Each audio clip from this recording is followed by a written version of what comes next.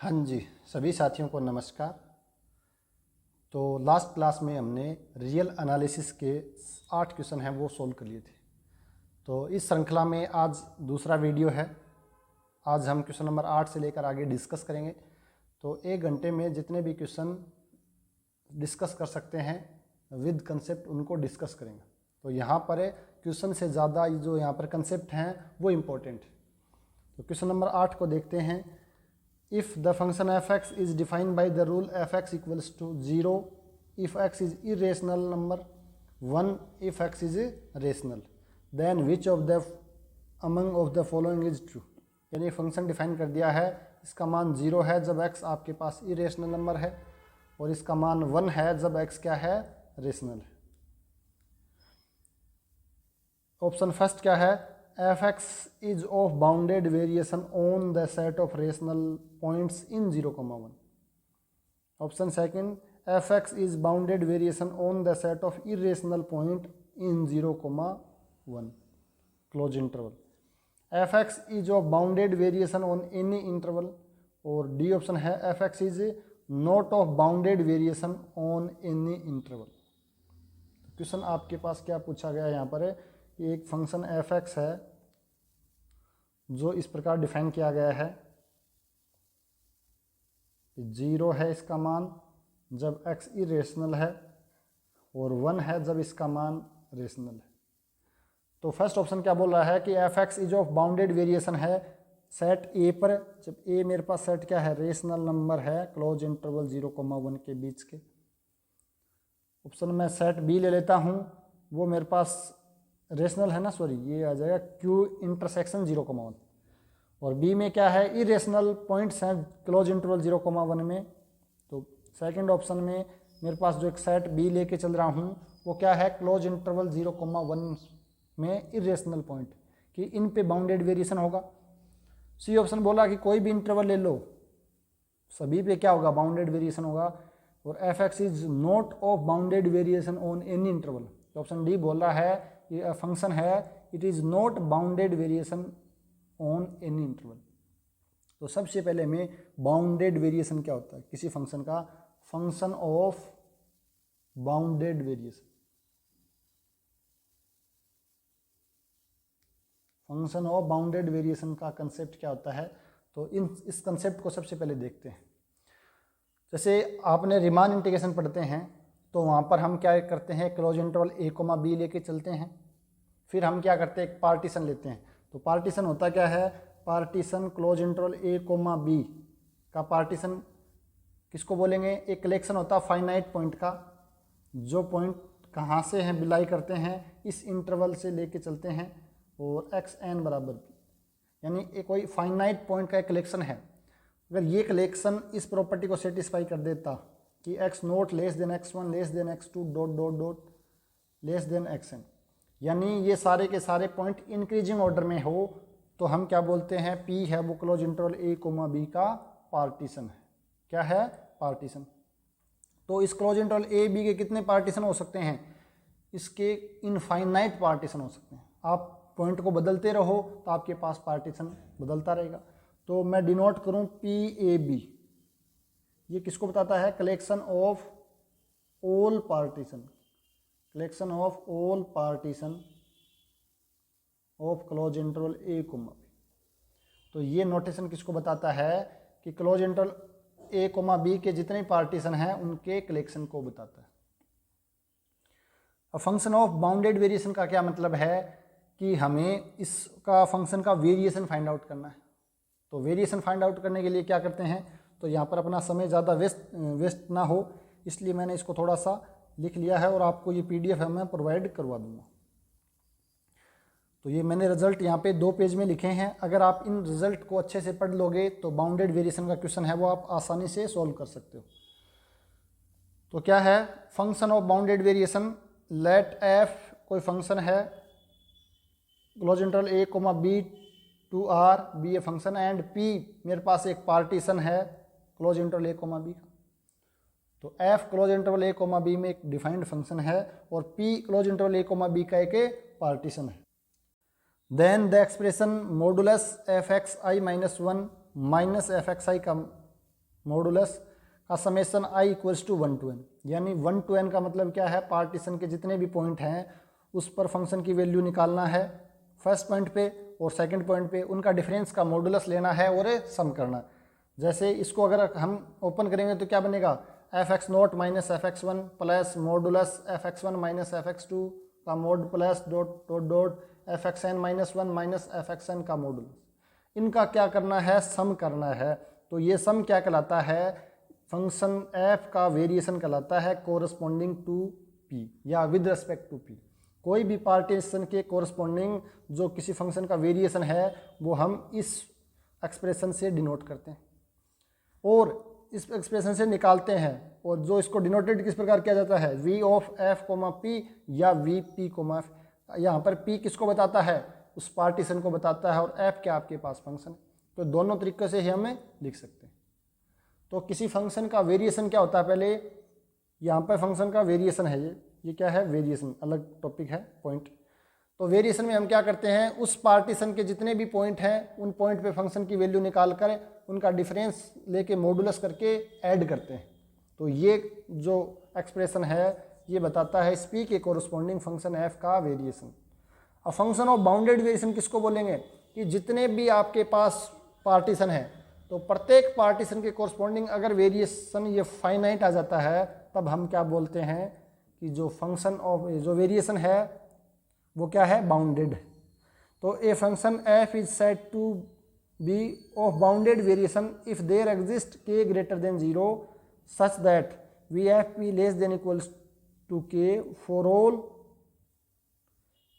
p belongs to P a b. ये किसका notation है, collection of all partition on close interval a comma b, on close interval a comma b।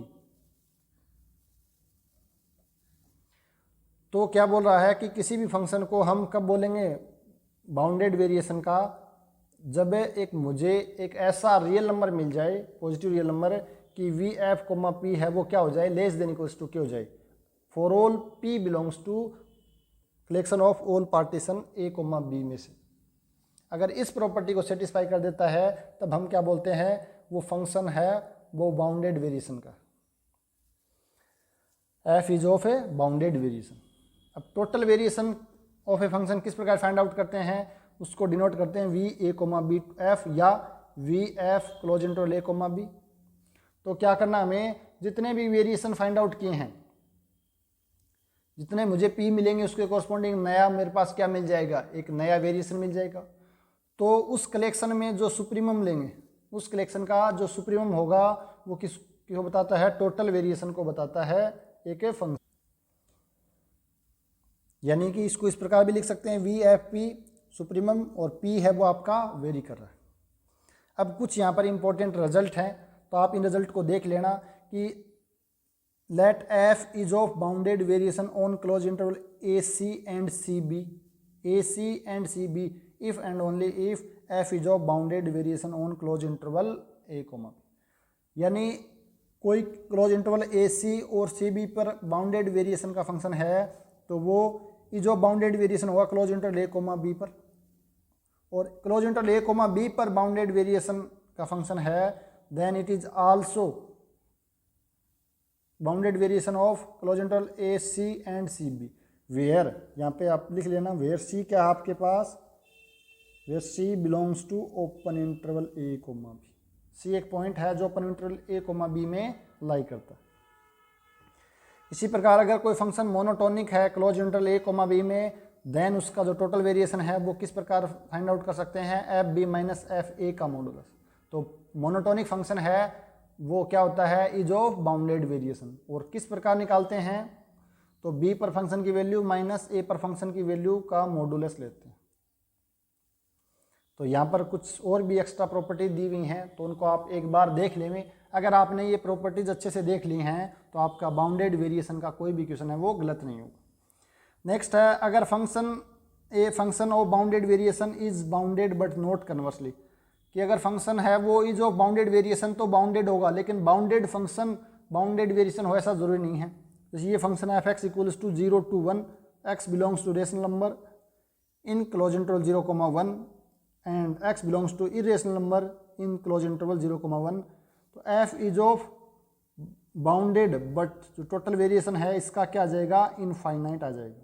तो यहाँ पर आप चाहो तो close interval a comma B भी ले सकते हो। ठीक है, ये फंक्शन बाउंडेड है लेकिन इसका जो वेरिएशन निकालेंगे टोटल वेरिएशन वो कितना आ जाएगा, इनफाइनाइट आ जाएगा। This implies it is not of bounded variation. इसी प्रकार कोई फंक्शन कॉन्टिन्यूस है तो ज़रूरी नहीं वो क्या होगा, इज ऑफ बाउंडेड वेरिएशन होगा। तो ये आप कुछ इंपॉर्टेंट प्रॉपर्टीज हैं उनको आप देख लेना। तो आगे भी कुछ एक इंपॉर्टेंट प्रॉपर्टी ये वाली है, एक ये वाली कि अगर फंक्शन लिस्टेड फंक्शन है close interval a comma b पर है then f is of bounded variation. और लिस्टेड फंक्शन क्या होता है इसको मैंने अच्छे से डिस्कस किया है यूनिफॉर्म कॉन्टिन्यूटी वाले जो 2 वीडियो हैं, तो आप उनमें एक बार देख लें। नेक्स्ट प्रॉपर्टी है अल्फा और बीटा दोनों ही क्या है, पॉजिटिव रियल नंबर है। तो फंक्शन डिफाइन किया गया है f x equals to x की power alpha into sine 1 upon x की power beta when x is a non zero, और जब x का मान 0 है देन 0। और जी एक्स एक फंक्शन है x की power alpha cos 1 upon x की power beta when x is non zero, 0 then x बराबर 0। Are bounded variation on close interval a comma b if and only if alpha greater than beta. अगर alpha का मान beta से बड़ा है तो उस केस में फंक्शन क्या हो जाएगा, is of a bounded variation हो जाएगा। तो इस रिजल्ट को आप ध्यान में रखना, कई बार डायरेक्ट क्वेश्चन पूछ लिया जाता है एक्स साइन 1 अपॉन एक्स, तो यहाँ पे क्या आएगा, अल्फा और बीटा मान सेम है, अल्फा ग्रेटर देन बीटा नहीं है, this implies is a not of bounded variation. तो अगर आपने ये रिजल्ट अच्छे से आपको पता है तो आप कम समय में क्वेश्चन है वो आसानी से सोल्व कर सकते हैं। तो आगे ये आप देख लेना। एलजेब्रा में क्या है कि एफ और जी ऑफ बाउंडेड वेरिएशन के फंक्शन हैं तो उसका लीनियर कॉम्बिनेशन, उनका मल्टीप्लिकेशन, उनका क्या बोलते हैं डिवीजन एफ बाई जी, जहाँ पर जी नॉन जीरो है, 1 बाई जी बाउंडेड है, मैक्सिमम एफ जी का और मिनिमम एफ ऑफ जी का, ये सारे के सारे फंक्शन हैं also is of bounded variation. तो ये डायरेक्ट रिजल्ट है, उनको आप ध्यान रख देख लेना। अब हम देखते हैं क्वेश्चन क्या पूछा गया है कि जो क्लोज इन फंक्शन डिफाइन है 0,1 जब x इरेशनल नंबर है और x आपके पास रेशनल नंबर है। तो पूछा है क्लोज इंटरवल 0,1 के ऊपर जब रेशनल पॉइंट्स हैं उनके अंदर इज ऑफ बाउंडेड वेरिएशन होगा, irrational points in close interval 0,1 में भी बाउंडेड वेरिएशन होगा। बट हमने देखा था कि ये वाला फंक्शन किसी भी क्लोज इंटरवल में, कोई भी क्लोज बाउंडेड इंटरवल है उसके अंदर क्या नहीं होगा, कभी भी बाउंडेड वेरिएशन नहीं होगा। इज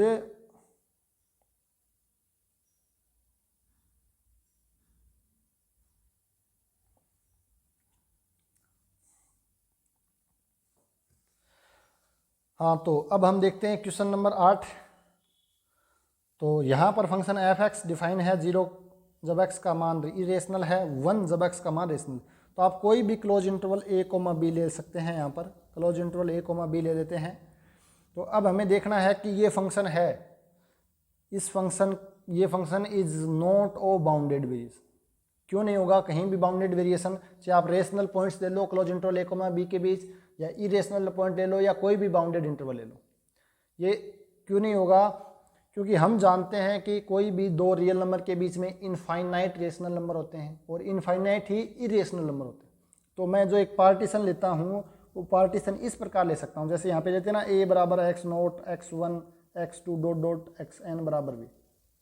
थोड़ा सा मैं आपको रफली ज्योमेट्रिकली समझाने की कोशिश करूँगा कि एक पॉइंट मैं रेशनल ले लेता हूँ, ये पॉइंट मेरे पास रेशनल से ले लिया, ये मैंने ले लिया इरेशनल से, ये वाला पॉइंट वापस रेशनल, इसके बाद वापस इरेशनल, यानी अल्टरनेटिंग मैं पॉइंट ले रहा हूँ rational irrational rational irrational.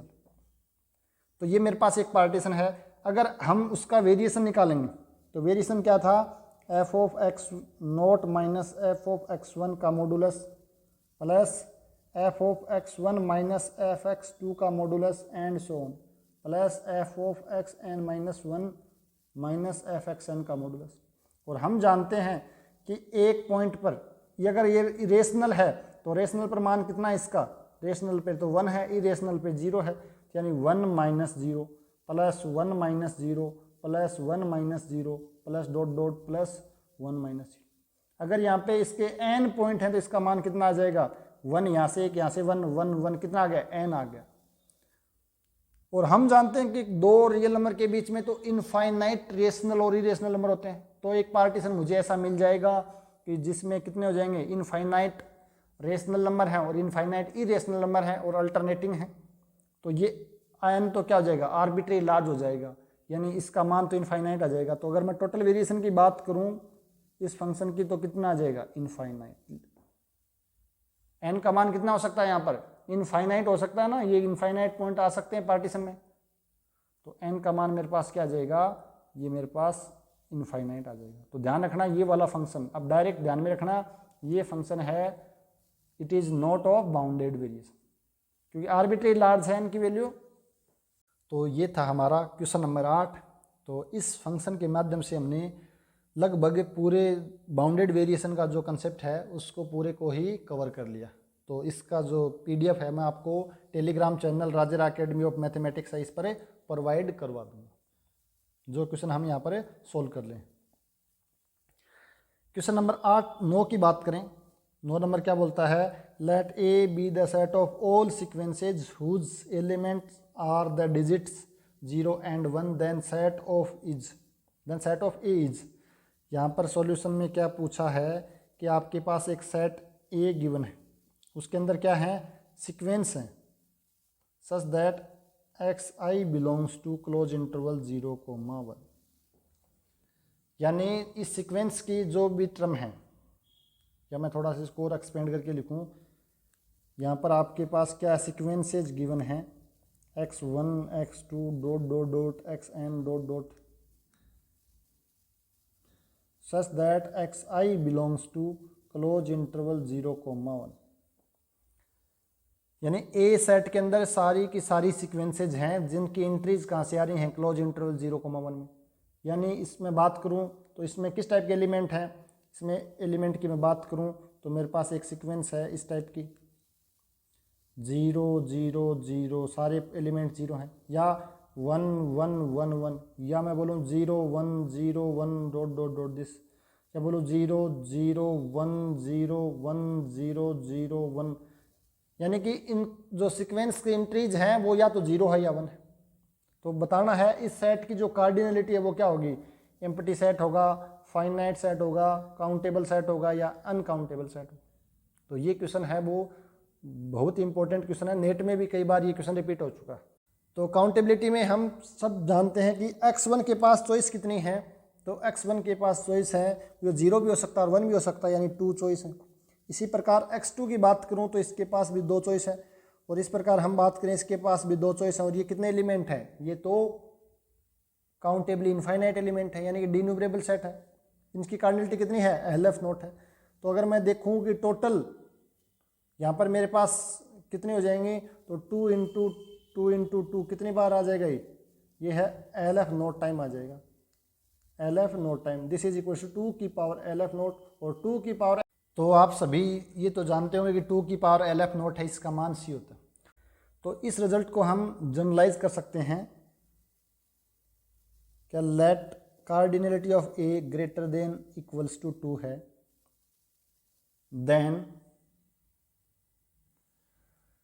Then ए सेट S, इसके अंदर मेरे पास सीक्वेंसेज हैं x1 x2 dot dot xn dot dot this such that xi belongs to A। एक सेट S है जिसमें मेरे पास क्या है, कलेक्शन ऑफ ऑल सीक्वेंसेज जिनकी एंट्रीज कहाँ से आ रही है, A से आ रही है। और A मेरे पास क्या है, एक ऐसा सेट है जिसकी कार्डिनलिटी 2 या 2 से ज़्यादा है, देन कार्डिनलिटी ऑफ S है वो मेरे पास कितनी हो जाएगी, कार्डिनलिटी ऑफ S है वो मेरे पास C हो जाएगी, यानी कि कंटिन्यूम हो जाएगी। दैट, और मैं लिखूँ फर्दर S है वो क्या हो जाएगा, R के सिमिलर हो जाएगा। सिमिलर होने का मतलब क्या है, कोई दो सेट कब सिमिलर होते हैं, जब उनके बीच में एक बाइजेक्टिव मैप एग्जिस्ट करती हो, या मैं बोलूँ उन दोनों सेट की कार्डिनलिटी है वो क्या हो जाए, सेम हो जाए। तो अगर यहाँ पर आपको ऐसे दे दे कि S मेरे पास एक सेट है जिसके अंदर मेरे पास कलेक्शन ऑफ ऑल सीक्वेंसेज है, और xi वो लाई कहाँ से कर रही हैं, वो xi लाई कर रही हैं आपके पास कोई भी फाइनाइट सेट जिसकी कार्डिनलिटी ग्रेटर देन जो है, इंटीजर हो जाए, सेट ऑफ नेचुरल नंबर हो जाए, रेशनल नंबर हो जाए, या रियल नंबर हो जाए, या कुछ भी इस टाइप का कोई भी काउंटेबल इनफाइनाइट या अनकाउंटेबल सेट। तो कोई भी सेट है तो उस केस में जो सेट एस की कार्डिनलिटी है वो कितनी आ जाएगी, सी आ जाएगी। क्योंकि मेरे पास अगर यहाँ पर एंट्रीज आर से आ रही हैं तो उस केस में इसके पास कितनी चॉइस है, सी, इसके पास भी सी, इसके पास भी सी, तो टोटल कितने हो जाएंगे, सी की पावर एल एफ नोट। और सी की पावर एल एफ नोट का मान कितना होता है, आप सभी जानते हो, सी होता है। किस प्रकार होता है ये चीज़, आप हमें देखना सी की पावर एल एफ नोट का मान कितना होता है। तो सी को मैं क्या लिख सकता हूँ, ये आपने अभी देखा कि 2 की पावर एल एफ नोट कितना होता है, सी होता है, ये ध्यान रखना। दिस इज मैं लिख सकता हूँ 2 की पावर एल एफ नोट की पावर एल एफ नोट, ये हो जाएगा आपके पास 2 की power l f naught into l f naught, यानी l f naught into l f naught, और ये होता है एल एफ नोट का स्क्वायर, और एल एफ नोट की पावर एन, यानी कोई भी फाइनाइट क्वांटिटी तो इसका मान एल एफ नोट ही आता है। दिस इज इक्वल्स टू 2 की power l f naught, this is equals to c. तो यहाँ पर कोई भी सेट जिसकी कार्डिनलिटी 2 से ज़्यादा हो तो इस सेट एस की कार्डिनलिटी हमेशा ही क्या होगी, कंटिन्यूम होगी। तो यहाँ पर ये सेट ए की जगह कोई दूसरा सेट भी दे सकता है, तो आप इस क्वेश्चन को आसानी से सोल्व कर सकते हो। तो आगे बढ़ते हैं, क्वेश्चन नंबर 10 में क्या पूछा है, if the set of real numbers are consider the metric defined by the rule for X Y belongs to R, D X Y बराबर 0 जब x का मान y के बराबर है, और x जब y के बराबर नहीं है तब इसका मान कितना है, 1। यानी मैट्रिक है वो किस प्रकार डिफाइन किया गया है कि जब x और y एलिमेंट इक्वल हैं तब तो डिस्टेंस 0 होगी, और डिस्टिंक्ट हैं तो उनकी डिस्टेंस कितनी होगी, 1 होगी। तो इसको क्या बोलते हैं, ये कौन सी मैट्रिक होती है, ये मैट्रिक होती है डिस्क्रीट मैट्रिक, डिस्क्रीट मैट्रिक होती है। और जो x, d है वो क्या कहलाता है, डिस्क्रीट मैट्रिक स्पेस या trivial metric space, trivial metric भी बोलते हैं इसका दूसरा नाम। देन आपको बताना है कि ओपन बॉल जिसका सेंटर 0 है और रेडियस 1 है, with centre origin and radius 1 unit is equals.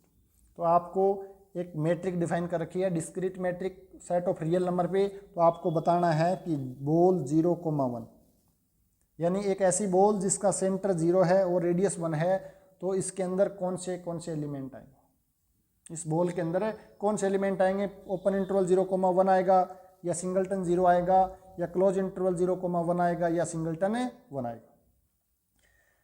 तो बॉल क्या होती है, सबसे पहले तो हम देखते हैं कि ए रेडियस और सेंटर आर की बॉल का क्या मतलब है, इसको बोलते हैं ओपन बॉल। तो मैं यहाँ पर सबसे पहले आपको ओपन बॉल मेरे पास क्या होती है, जिसका सेंटर ए और रेडियस आर हो, यानी कि वो सारे के सारे एलिमेंट, अगर मेरे पास x, d मैट्रिक स्पेस है तो यहाँ पर r है तो हम x की जगह r ले लेंगे, यानी वो सारे के सारे x belongs to x such that जिसकी डिस्टेंस a से क्या है, लेस देन r है। यानी x के वो एलिमेंट जिनकी सेंटर a से डिस्टेंस क्या है, r से छोटी हो, तो ये मेरे पास क्या कहलाती है, ओपन बॉल कहलाती है, ओपन बॉल। इसको डिनोट इस प्रकार भी करते हैं, ओपन स्फीयर भी बोलते हैं, यानी कि एस ए कोमा आर, ये ओपन स्फीयर भी होता है। क्लोज बॉल मेरे पास क्या होती है, ए कोमा आर। क्लोज बॉल में मेरे पास वो सारे एलिमेंट आते हैं एक्स के जिनकी ए से डिस्टेंस क्या हो, less than equals to R हो, इसको डिनोट करते हैं एस ए कोमा आर। तो सबसे पहले आपको ओपन बॉल क्या होती है और क्लोज बॉल क्या होती है इसके बारे में जानकारी होनी चाहिए। दूसरी चीज़ कि मैट्रिक किस प्रकार डिफाइन की जाती है, उस मैट्रिक का ध्यान रखना।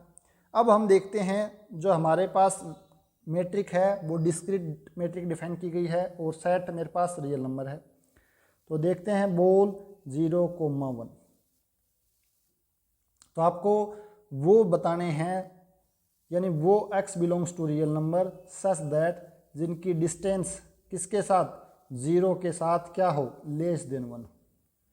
ऐसे एलिमेंट बताने हैं जिनकी 0 के साथ डिस्टेंस क्या हो, 1 से छोटी है। दिस इज इक्वल्स टू, तो क्या जाए मेरे पास कौन से एलिमेंट हो जाएंगे, देखो यहाँ पर 0 के साथ डिस्टेंस 1 से छोटी है, तो यहाँ पर डिस्टेंस 1 कब होगी, जब x और y इक्वल नहीं है। एक डिस्टेंस कब होगी, जब x और y इक्वल नहीं है। 1 से छोटी डिस्टेंस है, इसका मतलब तो डिस्टेंस क्या होगी, 1 से छोटी, उस केस में तो क्या हो जाएगा, x और y बराबर ही हो जाएंगे। जब x और y बराबर नहीं है तब तो डिस्टेंस 1 है, लेकिन ये क्या पूछ रहा है, वो एलिमेंट बताने हैं जिनकी डिस्टेंस 0 से क्या है, 1 से छोटी।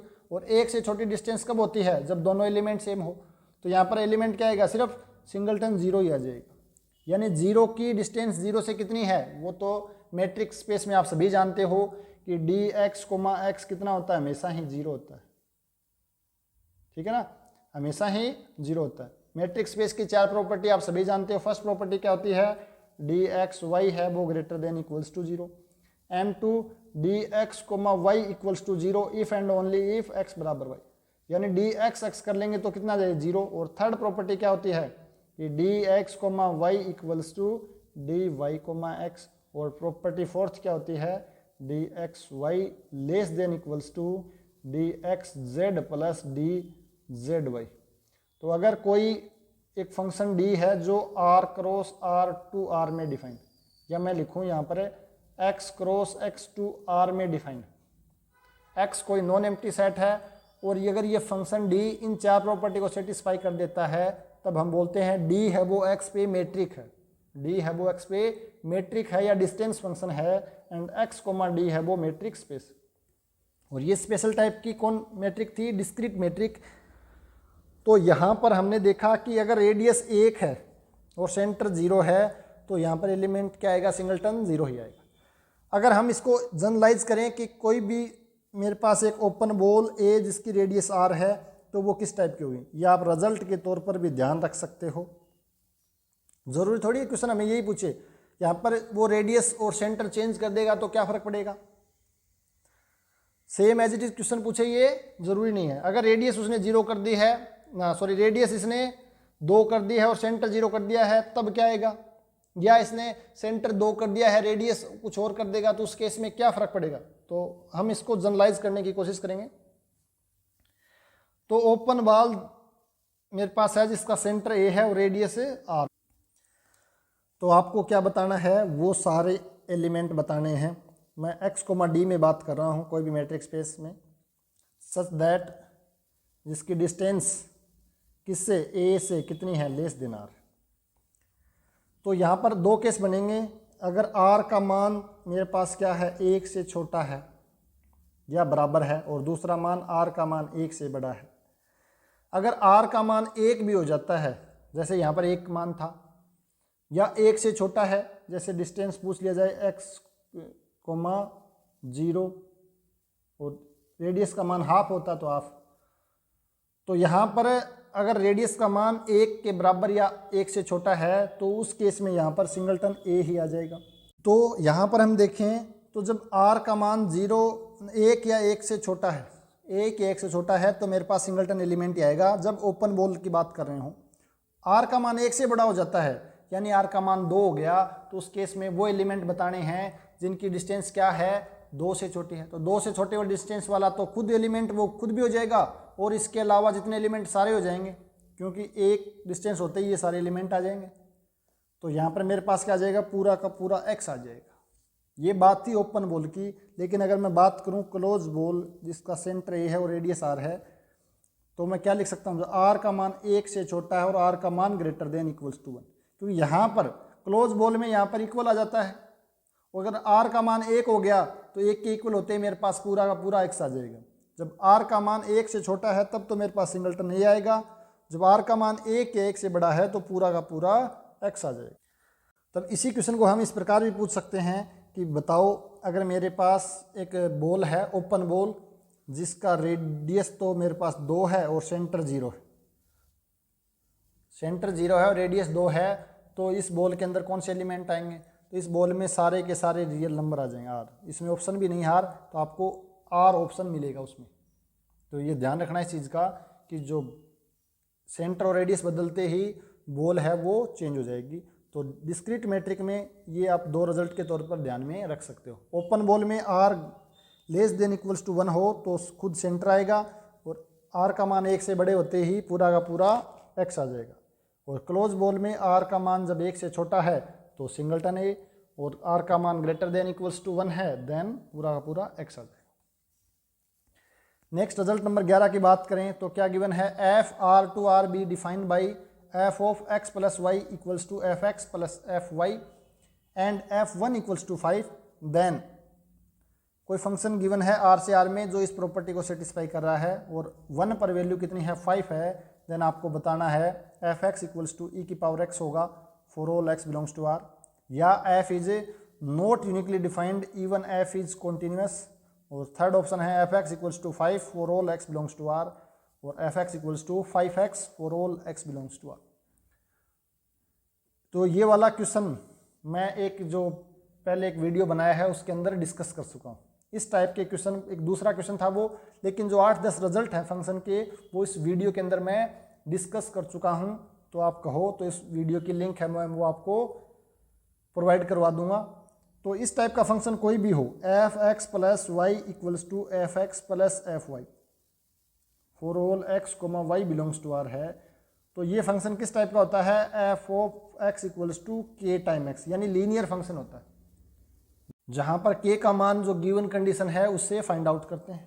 तो यहाँ पर क्या गिवन है, एफ 1 की वैल्यू 5 है, यानी K into 1 equals to 5, this implies K का मान कितना है 5 आ गया। तो आपके पास फंक्शन क्या हो गया, F x equals to 5x।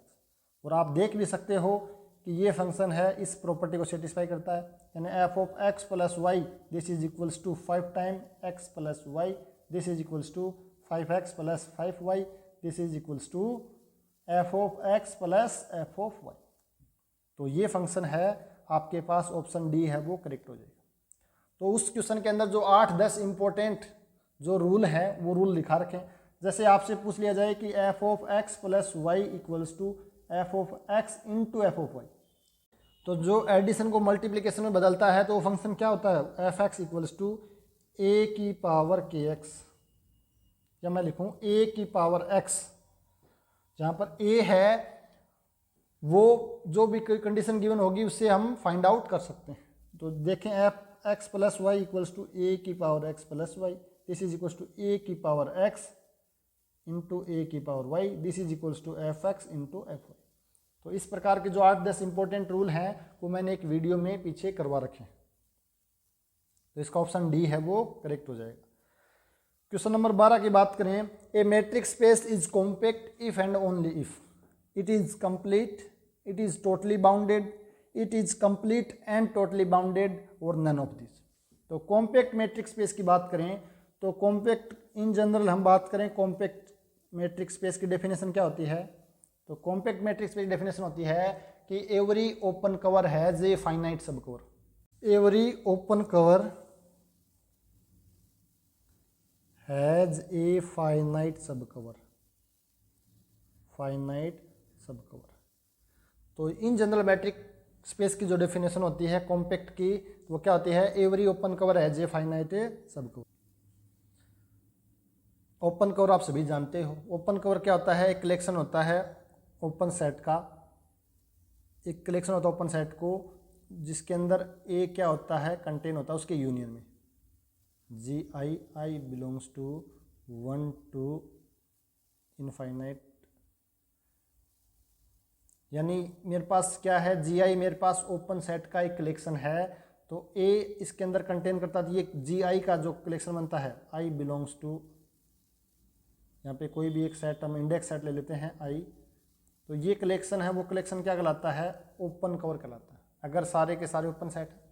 अगर हम ऐसे फाइनाइट एक कलेक्शन ढूंढ पाएँ कि ए है वो उसके अंदर भी कंटेन हो जाए, अगर यहाँ पर है मेरे पास फाइनाइट सेट मिल जाएं, जैसे मैं बोल दूं कि g lambda 1 g lambda 2 dot dot g lambda, अगर मेरे पास एक फाइनाइट सेट मिल जाता है और ए है वो इनके यूनियन में भी कंटेन कर जाता है, तब हम क्या बोलते हैं कि ये इसका फाइनाइट सब कवर है। तो डेफिनेशन यही होती है कि एवरी ओपन कवर है जे फाइनाइट सब कवर। अगर हमें बताना है कि वो मैट्रिक्स स्पेस कॉम्पैक्ट नहीं है तो हमें एक ऐसा ओपन कवर दिखाना पड़ेगा जिसका कोई फाइनाइट कवर एग्जिस्ट नहीं करता जो ए को कंटेन कर लेता है, उसका कोई भी फाइनाइट कवर एग्जिस्ट नहीं करता हो, तब हम क्या बोल देते हैं कि वो मैट्रिक्स स्पेस है वो कॉम्पैक्ट नहीं। अगर मैं बात करूं R comma D usual metrics space है, यूजुअल मैट्रिक्स स्पेस के अंदर है, तो आर का ओपन कवर मेरे पास क्या मिल जाएगा, -n से +n such that n belongs to natural number. तो ये मेरे पास क्या है, ए का ओपन कवर है, यानी आर है वो इसके अंदर कंटेंड है यूनियन n बराबर 1 to इनफाइनाइट -n से +n। अब हम बात करें कि मेरे पास कोई भी फाइनाइट सेट नहीं है, आप इनमें से कोई फाइनाइट सेट नहीं ढूंढ सकते हो कि आर है वो इसके अंदर कंटेन हो जाए, आर है वो इसके अंदर कंटेन हो जाए। इसका मतलब क्या हुआ कि इस एक ओपन कवर के पास कोई फाइनाइट कवर एग्जिस्ट नहीं करता। This implies R is a not compact. फिर हम एनी बोरेल थ्योरम भी पढ़ते हैं कि आर या आर एन में, इन आर एन के अंदर जो कॉम्पैक्ट मैट्रिक्स स्पेस की डेफिनेशन क्या होती है, in R N a subset of R N is compact if and only if it is closed and bounded, close and bounded. ये होती है डेफिनेशन आर एन के अंदर। और मैट्रिक्स स्पेस के अंदर एक डेफिनेशन और दी जाती है, in metric space a subset of x is compact if and only if it is complete and totally bounded, totally bounded. Complete का मतलब क्या होता है कि इसके अंदर जो भी कोची सीक्वेंस हैं वो इसी के अंदर कन्वर्ज करती हो, तो उसको हम क्या बोल देते हैं, कंप्लीट मैट्रिक्स स्पेस। तो a complete a metric space is compact if and only कब हो जाएगा, it is complete and totally bounded. तो आपको तीनों डेफिनेशन है वो ध्यान में रखना है। इन जनरल डेफिनेशन यही दी जाती है, every open cover as a finite सब कवर। ये डेफिनेशन है वो टोपोलॉजिकल स्पेस में भी काम आती है। और मैट्रिक्स स्पेस में हम ये बोल सकते हैं कि कंप्लीट प्लस टोटली बाउंडेड हो। और आर एन जो स्पेशल टाइप की मैट्रिक्स है उसके अंदर हम बोल सकते हैं क्लोज और बाउंडेड है, तब भी वो क्या हो जाएगा, मैट्रिक्स स्पेस है वो कॉम्पैक्ट हो जाएगा। तो ये था आपके पास क्वेश्चन नंबर 12। अब हम बात करें question number 13। If limit x, y tends to 0 0 sine x square plus Y square upon में x square plus Y square, इसका मान L गिवन है। And limit x, y tends to 0 0 x square minus y square upon में x square plus Y square, इसका मान m है। Then आपको बताना है कि L एग्जिस्ट करेगी but m does not exist करेगी, या L does not exist but m exist. और थर्ड ऑप्शन है both exist L and m। और फोर्थ ऑप्शन है बोथ L और m है वो नॉट एग्जिस्ट। तो यहाँ पे आप में यही बताना है कि L इस लिमिट का मान और m है वो इस लिमिट का मान, कौन सी एग्जिस्ट करेगी कौन सी एग्जिस्ट नहीं करेगी। तो ये फंक्शन है वो फंक्शन ऑफ टू वेरिएबल का है। तो वहाँ पर हम क्या करते हैं, अगर मैं बात करूँ फर्स्ट क्वेश्चन क्या गिवन है, limit x, y tends to 0 0 sine x square plus Y square upon में x square plus Y square.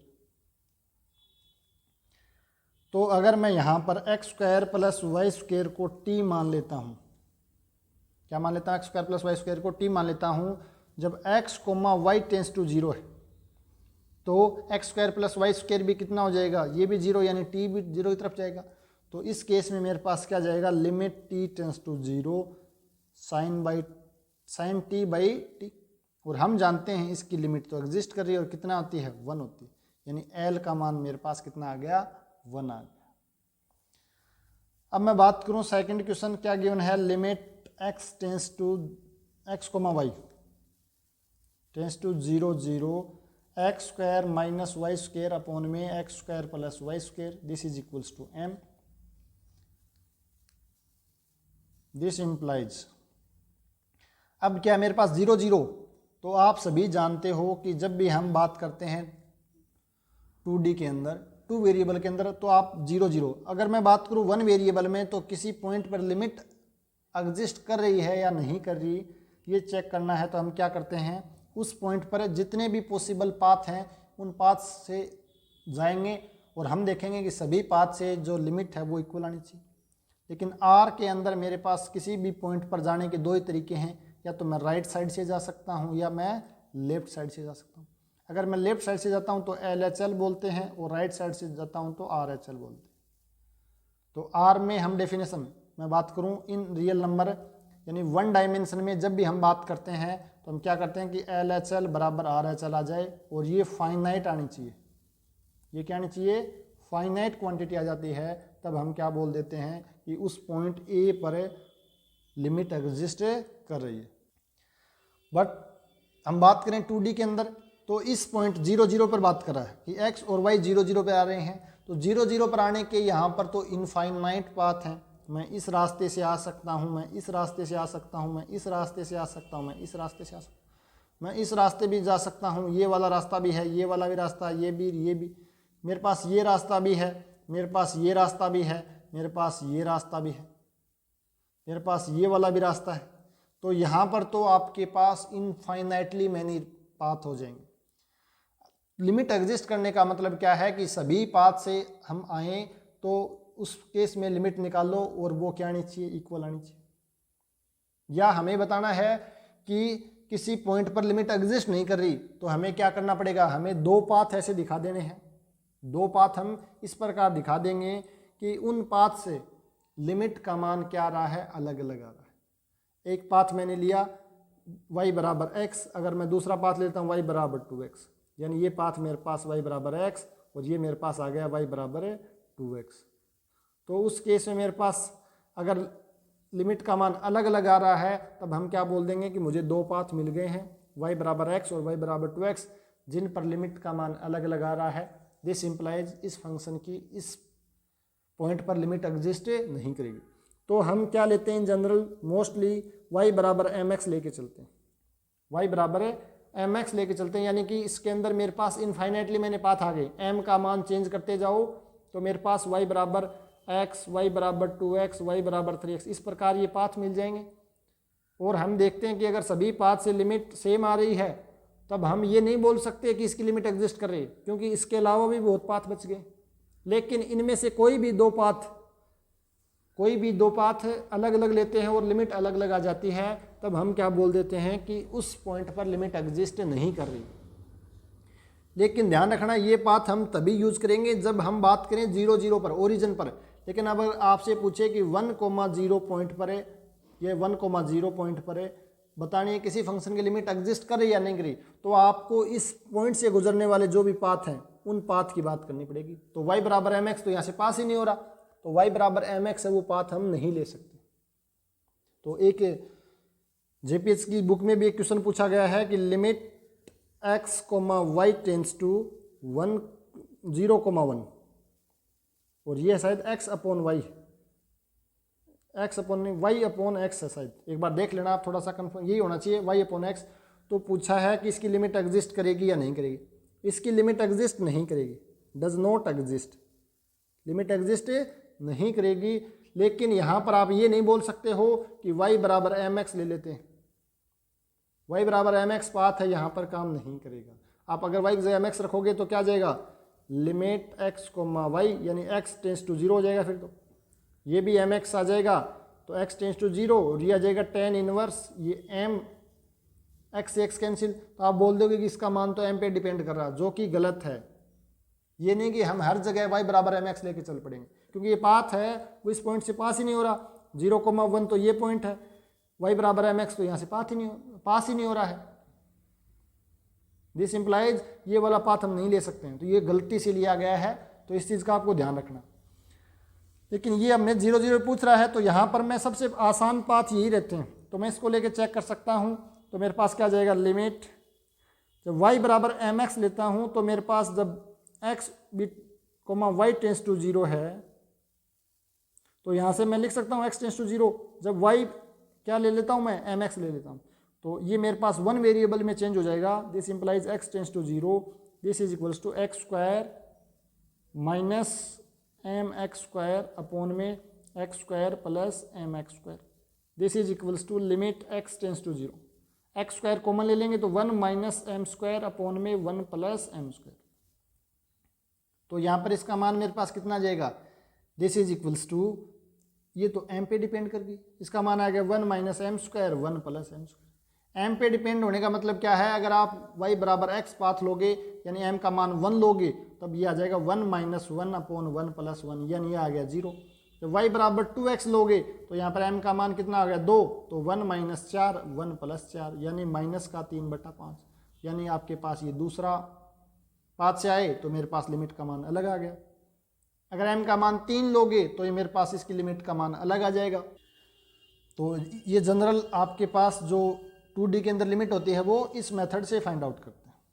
तो इसकी लिमिट है वो एग्जिस्ट नहीं कर रही, यानी एल तो एग्जिस्ट कर रहा है लेकिन एम एग्जिस्ट नहीं कर रहा, तो एल एग्जिस्ट है but M does not exist, option A है वो करेक्ट हो जाएगा। तो टू वेरिएबल में क्या करना है, अगर हमें दो पाथ ऐसे मिल जाएं कि उनसे लिमिट का मान अलग अलग आ रहा हो तो उस केस में उस फंक्शन की उस पॉइंट पर लिमिट है वो एग्जिस्ट नहीं करेगी। क्वेश्चन नंबर 14 को डिस्कस करते हैं। Let R be the set of all reals, यानी set of all real number है, then which of the following is a metric on R. तो अभी थोड़ी देर पहले हमने मैट्रिक स्पेस की जो 4 प्रॉपर्टी वो अभी पढ़ी थी। तो यहाँ पर पूछा है कि डी एक्स वाई बराबर maximum of mod X comma mod Y. Metric space के जो शॉर्ट नोट्स हैं वो भी मैंने कल टेलीग्राम चैनल पर प्रोवाइड करवा दिए हैं, तो आप उनको एक बार देख लेना। सेट की जो तैयारी कर रहे हैं तो वो एक बार उनको देख लेना, जो इम्पोर्टेंट वहाँ पर जो स्टैंडर्ड एग्जाम्पल हैं वो देख के जाने हैं। उसके बाद दो कुछ प्रॉपर्टीज़ हैं कि D1 और D2 दो मैट्रिक है तो उनका सम भी है वो मैट्रिक होगी, लेकिन डिफरेंस है वो मैट्रिक नहीं होगा, तो वो चीज़ें आपको देखनी। तो हम देखते हैं 1 बाई 1 करके कि डी एक्स वाई आर पे बात कर रहा है, maximum mod X mod Y. तो ये पूछ रहा है कि ये वाली मैट्रिक है वो आर पे मैट्रिक है या नहीं है।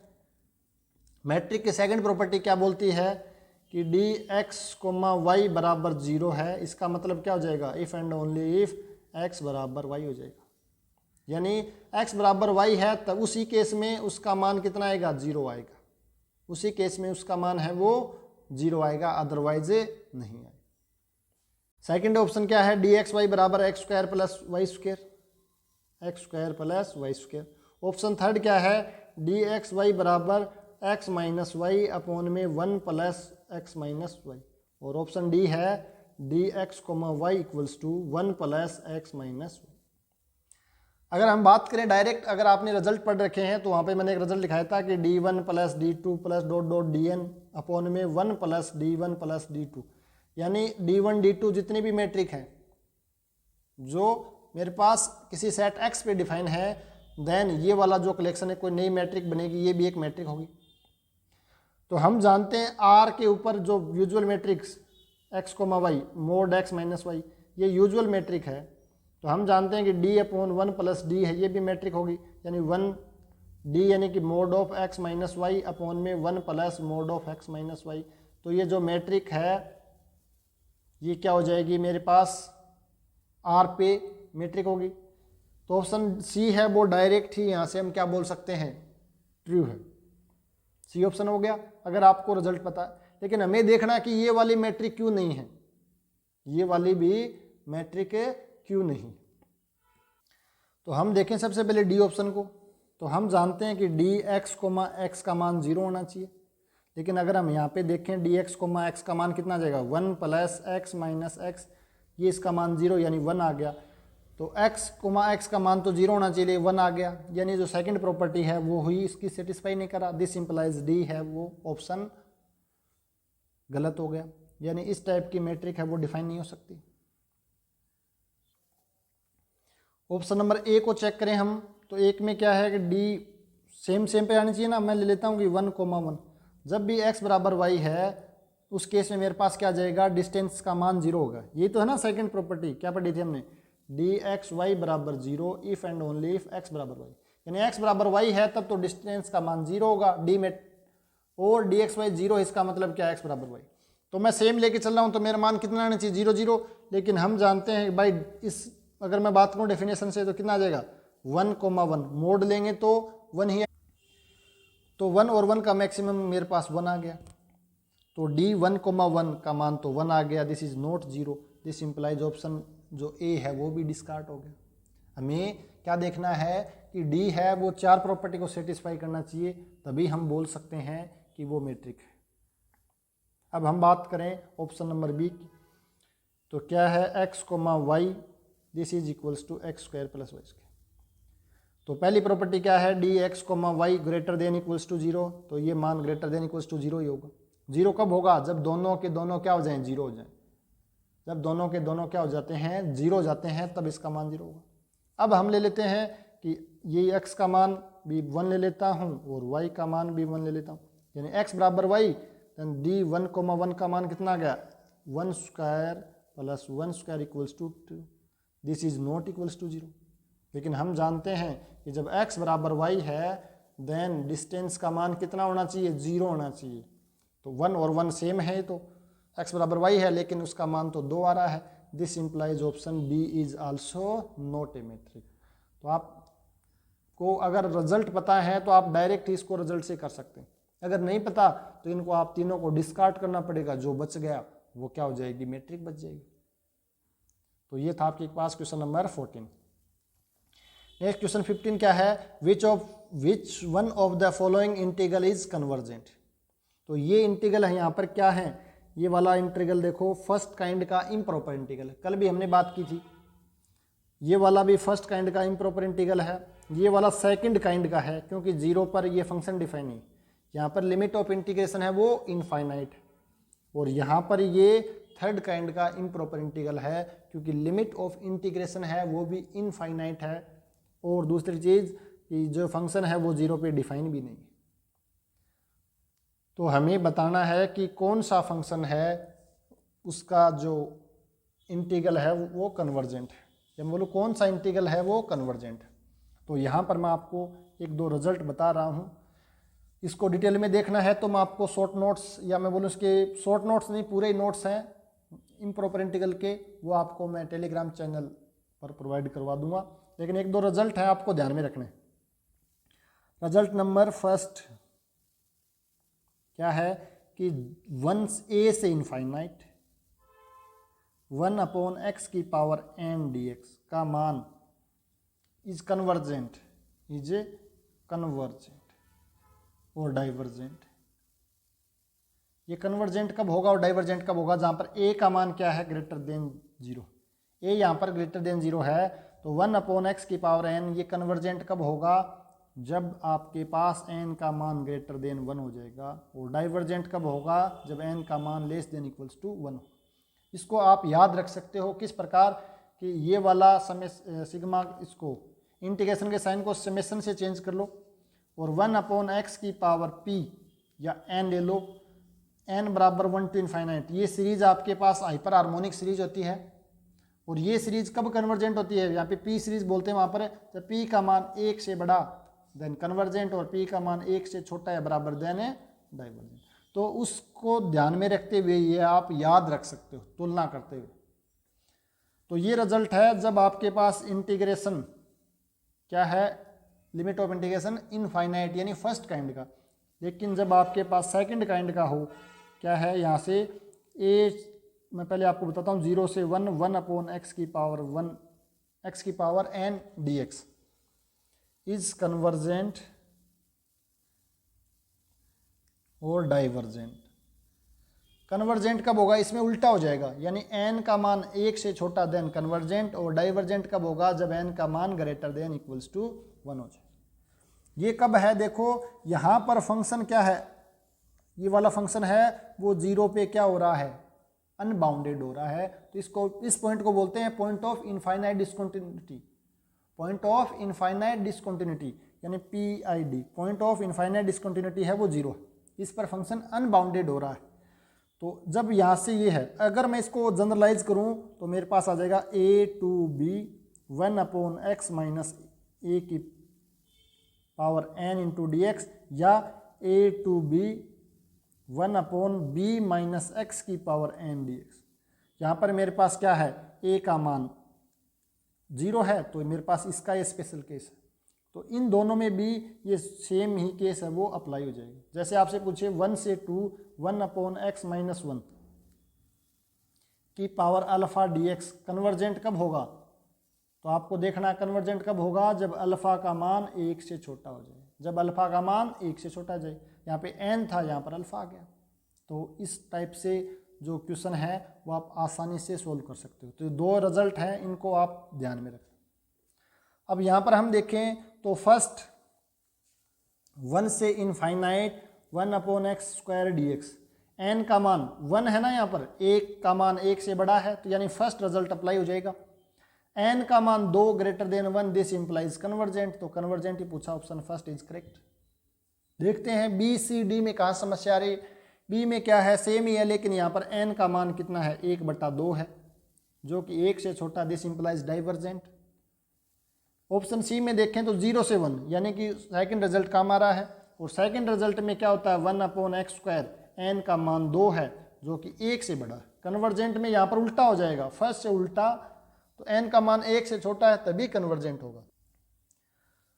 तो ऑप्शन सी भी है वो क्या हो जाएगा आपके पास, गलत हो जाएगा। और 0 से इनफाइनाइट है, तो अगर मैं इसको इस प्रकार लिख सकता हूँ 0 से 1 + 1 टू इनफाइनाइट।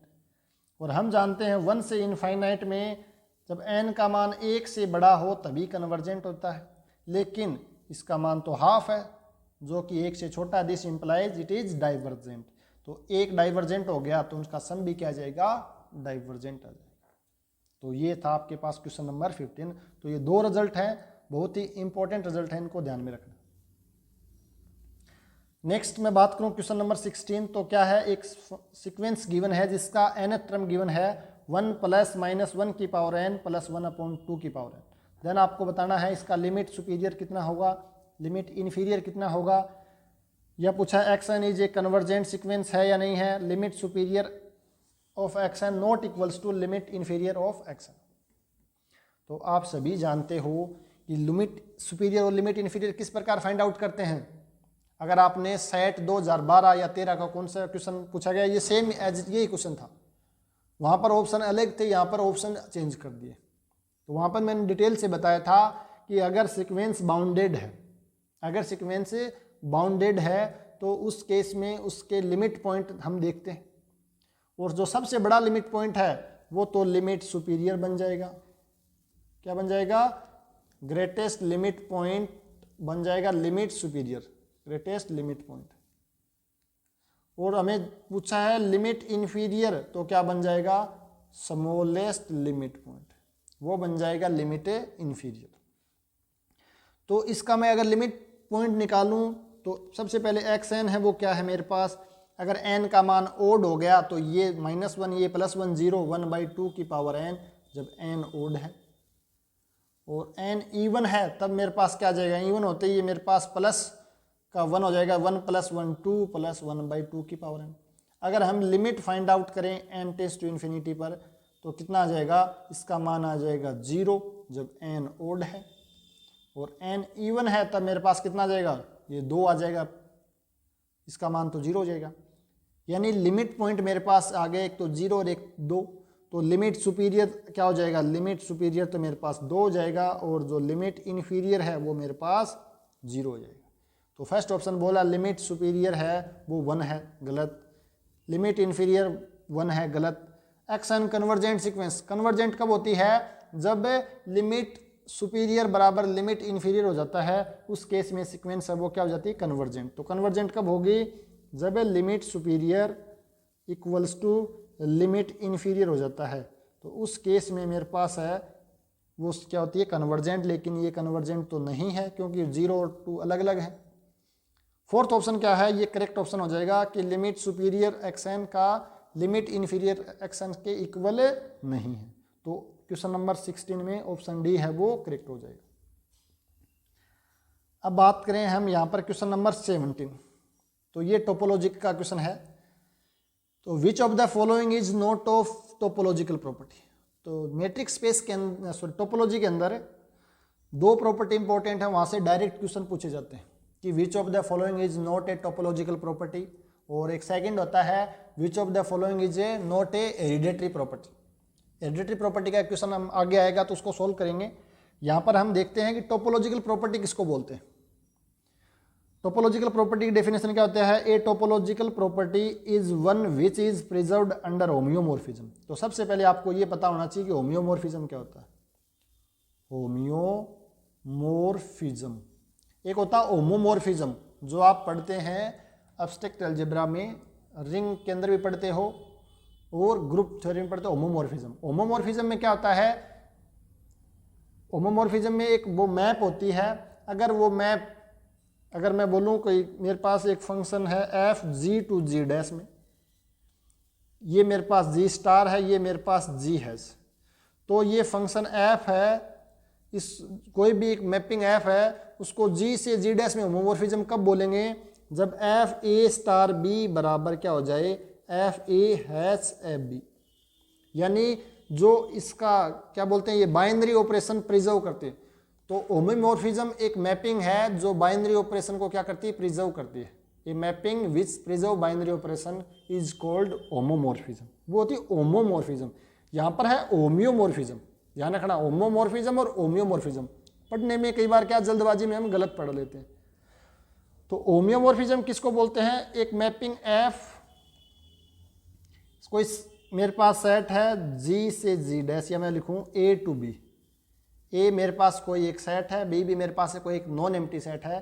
तो ए से बी में डिफाइन एक मैपिंग को होम्योमॉर्फिज्म कब बोलते हैं, जब first F is bijective, F क्या हो जाए, बाइजेक्टिव हो जाए, और सेकंड चीज क्या हो जाए, F and F inverse is continuous, या इसको कई बार लिखा जाता है F is by continuous. By continuous का मतलब क्या है, एफ भी कॉन्टिन्यूअस है और उसका इनवर्स भी कॉन्टिन्यूअस है। तो अगर कोई फंक्शन इन दो प्रॉपर्टी को, या मैं बोलूँ कोई मैप इन दो प्रॉपर्टी को सेटिस्फाई करती है, तब उस मैप या उस फंक्शन को बोलते हैं होम्योमॉर्फिज्म। क्या बोलते हैं, होम्योमॉर्फिज्म। तो टोपोलॉजिकल प्रॉपर्टी क्या होती है, एक ऐसी प्रॉपर्टी जो होम्योमॉर्फिज्म को प्रिजर्व करती है। यानी मैं बोलूँ दैट इज, इसका मतलब क्या है कि एक्स और वाई दो एक्स एंड वाई आर होम्योमॉर्फिक। होम्योमॉर्फिक का मतलब क्या है कि ए से बी में एक मैप होम्योमॉर्फिज्म है, then a is homeomorphic to b बोलते हैं। अगर एक्स और वाई है then x and y are homeomorphic. If x and y are homeomorphic होने का मतलब इनके बीच में कम से कम एक होम्योमॉर्फिज्म मैप एग्जिस्ट करती है। Then X has the property if and only if Y has the property, यानी एक्स प्रॉपर्टी रख रहा है वो वाई भी रखेगा, और वाई रख रहा है वो एक्स भी रखेगा। तो ये प्रॉपर्टी क्या होती है, टोपोलॉजिकल प्रॉपर्टी होती है। तो ये कौन सी प्रॉपर्टी है, टोपोलॉजिकल प्रॉपर्टी।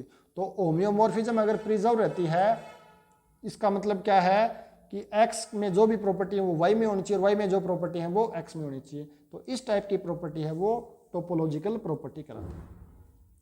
तो अगर हम बात करें कि टोपोलॉजिकल प्रॉपर्टी में कन्वर्जेंस कि जैसे एक मेरे पास x से y, मेरे पास क्या है, दो एक मैपिंग है x से y में, और ये होम्योमॉर्फिक मैपिंग है। तो अगर कोई सीक्वेंस एक्स एन में कन्वर्जेंस है, देन एफ एक्सन जो भी आएगी वो वाई में कन्वर्ज होगी, कनेक्टेडनेस का मतलब क्या है कि अगर मेरे पास कोई set A subset of x ये कनेक्टेड है, तो मैं एफ ऑफ ए की बात करूं, ये किस में होगा, वाई में, तो ये भी वाई के अंदर क्या होगा, कनेक्टेड होगा। हम बोलते हैं कई बार कि continuous image of connected set is connected, continuous image of connected set is connected. तो वो क्या होती है, मेरे पास कॉन्टिन्यूटी है, वो क्या करती है, कनेक्टेड को प्रिजर्व करती है। तो यहाँ पर कंटिन्यूस तो हो गए, बाई कंटिन्यूस होते ही मेरे पास क्या हो गई, कनेक्टेडनेस वाली, कॉम्पैक्टनेस वाली, compact image, continuous image of A compact set is compact. तो ये सिर्फ कंटिन्यूटी होते ही मेरे पास क्या हो गई, ये प्रिजर्व हो गया। यहाँ पर तो और भी स्ट्रॉन्ग कंडीशन है कि एफ इनवर्स भी कंटिन्यूस और फंक्शन बाइजेक्टिव भी है। तो ये प्रॉपर्टी आपको नाम ध्यान रखना है, convergence, connectedness, path connectedness, openness, closeness, first and second countable, T0, T1, T2, T3, ये मेरे पास क्या है, ये जब टोपोलॉजी पढ़ोगे ना वहाँ पे आते हैं T1 space, T0 space, T3 space, normal space, regular space. और यहाँ पर एक चीज़ और लिख लेना, वो लिखी नहीं यहाँ पर, कॉम्पैक्टनेस, ये सारी की सारी प्रॉपर्टीज हैं, ये टोपोलॉजिकल प्रॉपर्टी। तो क्वेश्चन में ये पूछे विच of the following is not topological property, तो आपको ध्यान में रखना है इनमें से कौन सी है और कौन सी नहीं। नॉट टोपोलॉजिकल प्रॉपर्टी कौन कौन सी है, नॉट टोपोलॉजिकल प्रॉपर्टी की बात करूं तो कंप्लीटनेस और बाउंडेडनेस, यानी एक्स और वाई आपके पास कोई दो होम्योमॉर्फिक इमेज हैं, एक्स और वाई कोई होम्योमॉर्फिक हैं, एक्स और वाई दो होम्योमॉर्फिक हैं, तो जरूरी नहीं एक्स बाउंडेड हो तो वाई बाउंडेड हो, या वाई बाउंडेड हो तो एक्स बाउंडेड हो। और दूसरी आती है कंप्लीटनेस, यानी कंप्लीटनेस का मतलब क्या होता है, every Kochi sequence converge in it. यही तो होता है ना कि एक्स में कोई सीक्वेंस कन्वर्ज कर रही है तो जरूरी नहीं इसके अंदर भी कन्वर्ज करे। तो हम देखें यहां पर बात करें तो फर्स्ट जैसे एग्जाम्पल मैंने यहाँ पे लिखे हैं, ये एग्जाम्पल आपको लिख लेने कहीं पर। ये नहीं कि हमें कुछ इंपॉर्टेंट एग्जाम्पल होते हैं वो हमारे दिमाग में हर टाइम नहीं रहते हैं, तो मैंने यहाँ पर आपको दो एग्जाम्पल लिख के दिए हैं, इनको ध्यान में रखना कि एक फंक्शन है r से 0,1 में डिफाइन, और ये वाला फंक्शन डिफाइन किया f(x) बराबर e की power x upon 1 plus e की पावर x। तो ये फंक्शन r से 0,1 में कॉन्टिन्यूस भी है, बाइजेक्टिव भी है और इसका इन्वर्स भी कॉन्टिन्यूस, इसका इन्वर्स भी कॉन्टिन्यूस है, यानी कि ये होम्योमॉर्फिक मैप है। तो यहाँ से बोल सकता हूँ r है वो 0,1 के होमोमॉर्फिक है, r 0,1 के होमोमॉर्फिक है, लेकिन r तो अनबाउंडेड है जबकि 0,1 तो बाउंडेड है।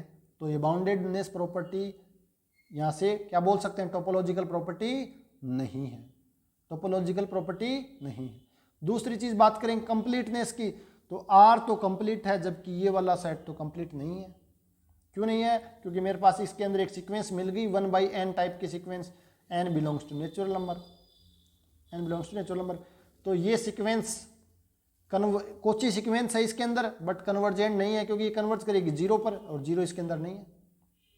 तो मतलब ये वाला कंप्लीट नहीं है जबकि ये तो कंप्लीट है, यानी कंप्लीटनेस भी टोपोलॉजिकल प्रॉपर्टी नहीं है। सिमिलरली r से -1 से +1 ओपन इंटरवल में एक फंक्शन डिफाइन कर सकता हूँ इस टाइप से मैं, और ये फंक्शन भी क्या है मेरे पास, बाइजेक्टिव भी है, कॉन्टिन्यूस भी है और इसका इन्वर्स भी कॉन्टिन्यूस है। लेकिन मैं बोलूँ r तो मेरे पास बाउंडेड है जबकि ये अनबाउंडेड है।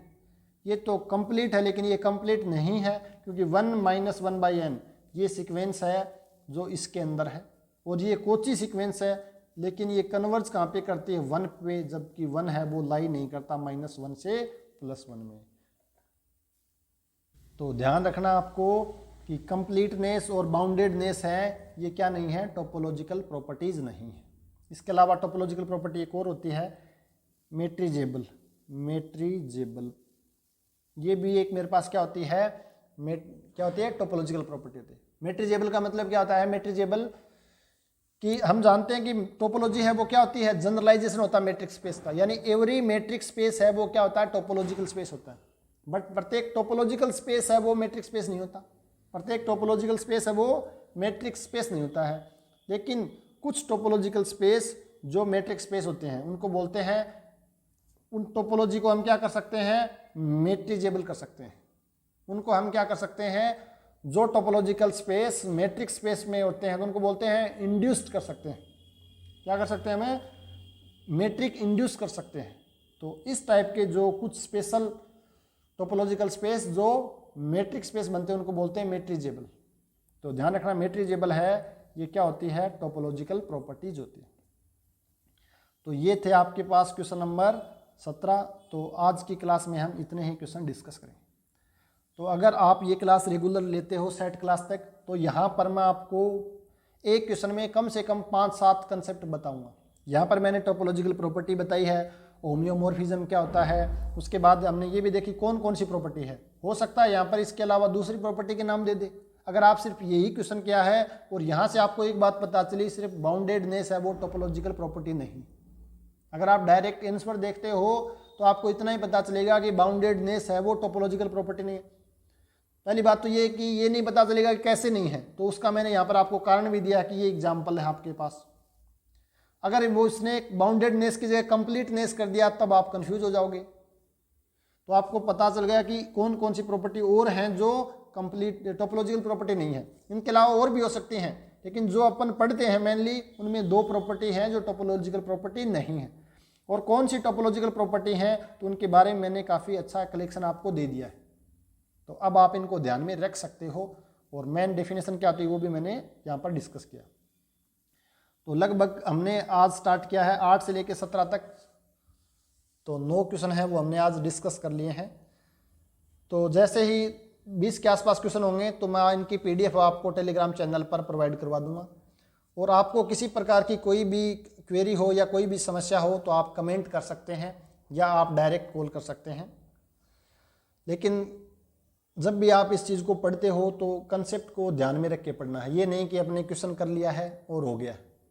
अगर आप assistant professor first grade second grade की तैयारी करनी है, नेट की तैयारी करनी है, तब आप अगर रटोगे तो इस बार का आपने पेपर देखा होगा फर्स्ट ग्रेड और सेकंड ग्रेड का भी, वो सारे के सारे क्वेश्चन लॉजिकल क्वेश्चन पूछे गए थे। अगर आपने सिर्फ कोचिंग की है, अगर आपने क्वेश्चन रट लिए हैं तो सिलेक्शन है वो नहीं होगा। आप खुद देख रहे हो 40% मार्क्स भी नहीं आ रहे हैं सेकंड ग्रेड के मैथमेटिक्स में। तो समस्या कहाँ पर है, वो क्वेश्चन लेंथ थी थोड़ी थे, लॉजिकल क्वेश्चन थे सारे के सारे, कुछ क्वेश्चन को छोड़ दिया जाए तो लॉजिकल क्वेश्चन था, यानी जिसका कंसेप्ट क्लियर है वो डायरेक्ट कर देगा, लेकिन आपने रटे हैं। कुछ साथी बोलते हैं कि इनको रटना पड़ेगा, अगर आप रटोगे तो मार खाओगे। रटना किनको है, कुछ स्टैंडर्ड रिजल्ट है उनको रटना पड़ेगा। अब आप इनको रटना लग जाओगे कि कौन सा है, ये नहीं है, ये नहीं रटना। अब आपको देख लिया कि डेफिनेशन क्या है पहले, तो फिर इनमें क्या होता है, अब आप ध्यान में रख सकते हो, इनको याद कर सकते हो। रटना तो होता है आंख बंद करके रट लो, रिजल्ट वो पता ही नहीं है, भी उसका रीजन नहीं पता है। अब आप इसको रटोगे, हाँ ध्यान में रखना है, लेकिन आपको रीजन पता है। हो सकता है आप कुछ समय बाद ये एग्जाम्पल भूल जाओ, दिमाग से निकल जाए कि कौन से एग्जाम्पल थे, लेकिन आपको पता है कि भी हाँ ऐसे एग्जाम्पल देखे मैंने, बाउंडेडनेस वाला और कंप्लीटनेस वाला, कि R से 0,1। अगर आपको इतना भी याद रह गया है तो आप बोल सकते हो ये कंप्लीट नहीं है, ये कंप्लीट है, ये बाउंडेड है, ये अनबाउंडेड है। आपको फंक्शन याद नहीं आ रहा, फिर भी आपके दिमाग में रह सकता है। तो मैथमेटिक्स को अगर आपको अच्छे से पढ़ना है तो एक एक कंसेप्ट को पढ़ना पड़ेगा। अगर आपको कुछ चीज़ें समझ में नहीं आ रही तो आपके पास गूगल है, गूगल पे सर्च मारो, यूट्यूब चैनल पे बहुत कुछ मैटर पड़ा है। कमी है तो सिर्फ आपके पढ़ने की। अब ये कभी शिकायत नहीं कर सकते हो कि सर मैटर नहीं मिल रहा है। इंटरनेट का ज़माना है, मोबाइल का यूज सिर्फ यही नहीं कि इंस्टाग्राम चला लें, सोशल मीडिया का यूज कर लें। अगर आप उसको अच्छे से यूज़ नहीं करोगे तो इंटरनेट आपको तबाह भी कर सकता है। तो आपके पास अब समय काफ़ी कम बचा है और रेगुलर आप थोड़ा स्पीड बढ़ा के देख सकते हैं, टाइम ज़्यादा वेस्ट ना करें, कंसेप्ट को अच्छे से क्लियर करें। उसके बाद जो इंपॉर्टेंट क्वेश्चंस हैं, अगर आपको और कहीं से मिल रहे हैं तो उनको आप कोशिश करो क्वेश्चन ज़्यादा से ज़्यादा किए जा सकें। और यहाँ पर भी मैं आपको कोशिश करूँगा कि लगभग इंपॉर्टेंट क्वेश्चन और उनके कंसेप्ट हैं वो आपको प्रोवाइड करवा दूँ। तो मिलते हैं नेक्स्ट क्लास में। आप सभी का बहुत बहुत धन्यवाद।